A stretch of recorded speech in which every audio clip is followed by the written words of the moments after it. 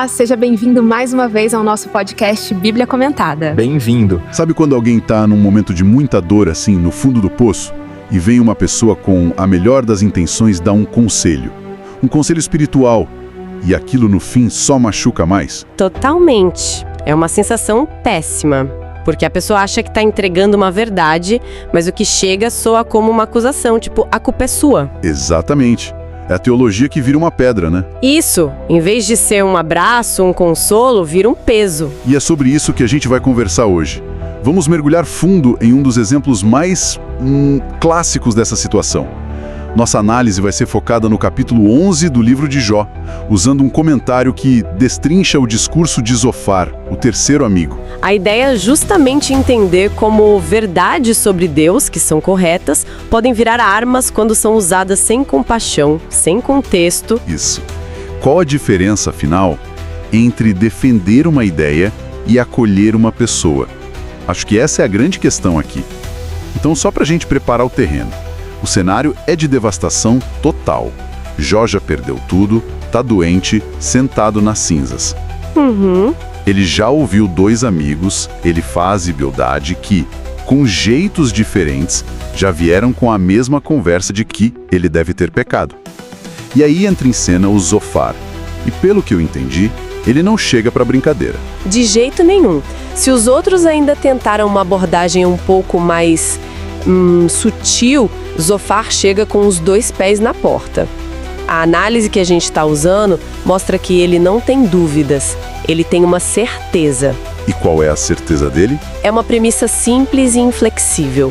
Jó, seu sofrimento é a prova de um pecado escondido. Ponto. Não existe outra possibilidade no universo dele. E essa certeza é a lente que vai distorcer tudo o que ele diz. E ele já começa o discurso ali nos versículos iniciais com uma pergunta que já é uma acusação, né? Algo como, será que esse tanto de palavras vai ficar sem resposta? Exato, ele está dizendo, Jó, você fala demais e precisa ser corrigido.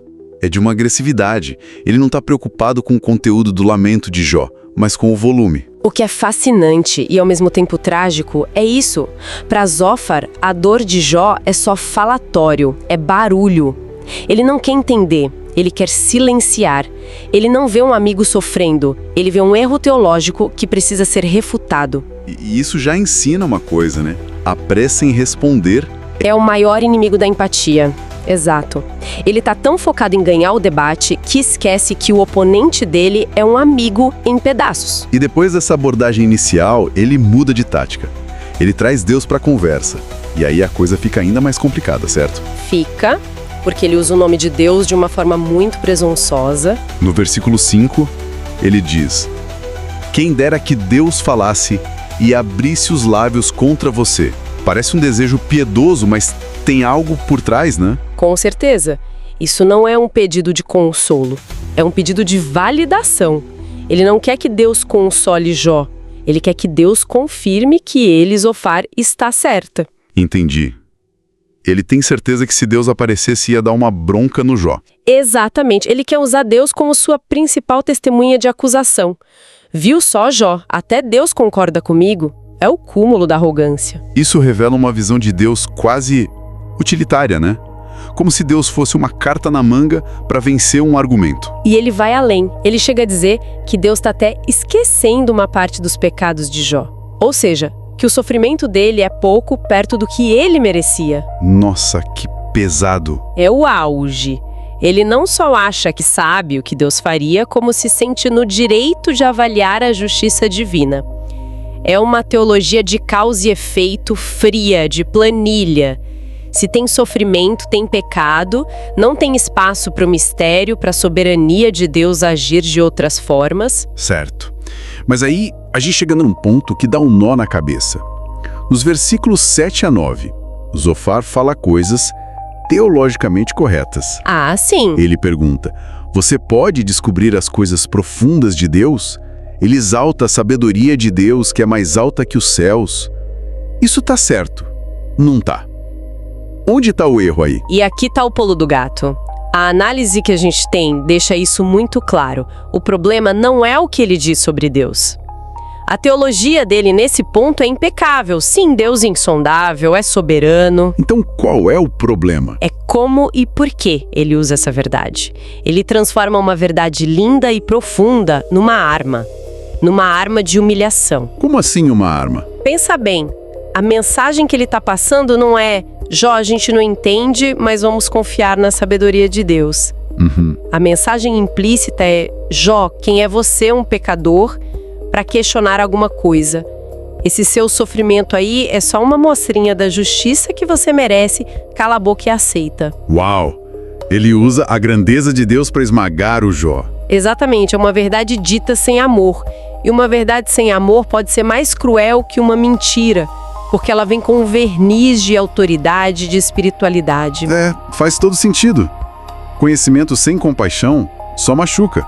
Zofar tinha conhecimento, mas zero compaixão. E depois de usar essa teologia para basicamente rebaixar Jó, ele oferece a solução, a receita de bolo. Ah, sim. Nos versículos 13 a 15, ele fala para Jó se arrepender, afastar o pecado, e aí, puf, tudo voltaria ao normal. É a teologia da maquininha de refrigerante. Você coloca a moeda do arrependimento e a latinha da bênção cai. É uma lógica transacional, quase comercial. Se você fizer a sua parte, Deus é obrigado a fazer a dele. O que é uma ironia gigantesca, né? Porque o livro começa justamente dizendo que Jó era íntegro.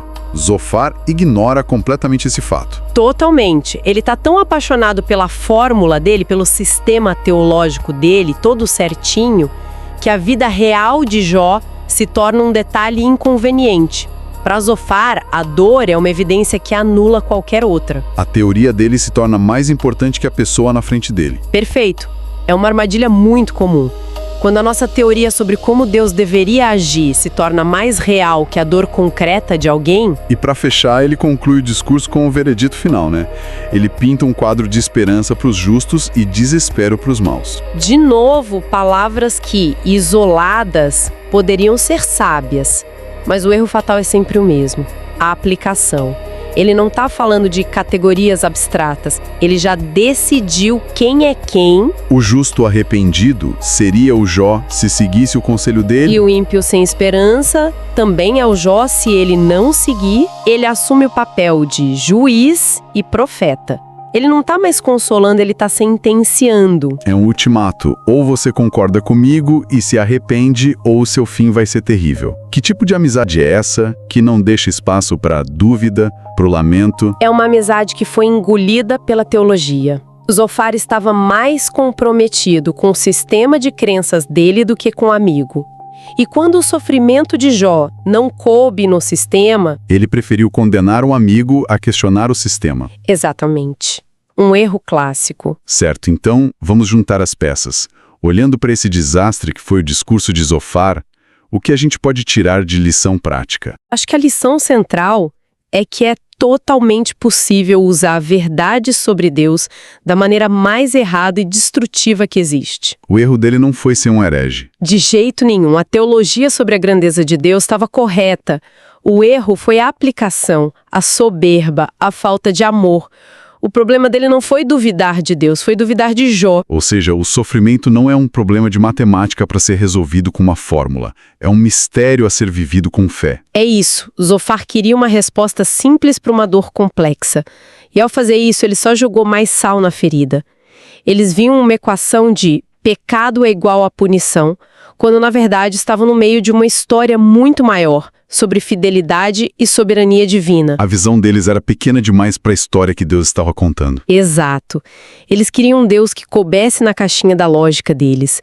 E um Deus que cabe numa caixinha é sempre um Deus pequeno. Essa análise do capítulo 11 de Jó acaba servindo como um alerta muito poderoso e muito atual. Com certeza. O discurso de Zofar, que era tecnicamente correto em vários pontos, falhou no mais básico: confortar um amigo. A preocupação dele não era com Jó, era com uma defesa da sua própria visão de mundo. E isso nos deixa com uma pergunta para reflexão, né? Uma que sai dessas páginas antigas e bate na nossa porta hoje. Quando a gente encontra alguém que está sofrendo, será que não corremos o risco de sermos um Zofar? É uma pergunta desconfortável. Muito. Será que a nossa ânsia de ajudar não nos leva a oferecer respostas prontas, versículos fora de contexto e soluções simplistas para dores que são imensas? Como podemos ter certeza de que as nossas palavras vão servir para curar e não para ferir ainda mais? Como evitar essa armadilha de tentar consertar a pessoa, em vez disso oferecer algo talvez bem mais difícil, mas infinitamente mais valioso? Que seria a presença. Apenas estar junto. A presença silenciosa, solidária, que diz: eu não entendo a sua dor, mas eu estou aqui com você nela. Talvez essa seja a teologia mais poderosa de todas. Gostou do vídeo? Inscreva-se no canal. Deixe o like e ative o sininho.